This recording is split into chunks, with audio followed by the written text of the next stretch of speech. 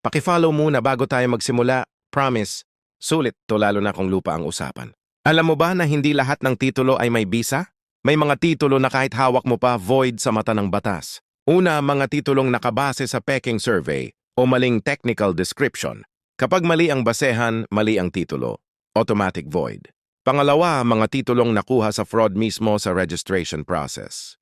Hindi yan napoprotektahan ng indefeasibility rule. Pangatlo, mga titulong ini-issue sa lupa na hindi pwedeng ma-privatize tulad ng public domain, timberland, foreshore, o road lot.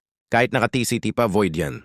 Pang-apat, double titling, isa lang ang valid, ang sumunod walang bisa. Panghuli, mga titulong in-issue ng opisina na walang jurisdiction o dumaan sa maling proseso. Void from the beginning.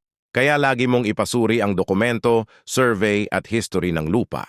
At syempre, nandito ang GC Land. Surveying at ang inyong attorney-engineer para may kasangga ka sa legal at technical.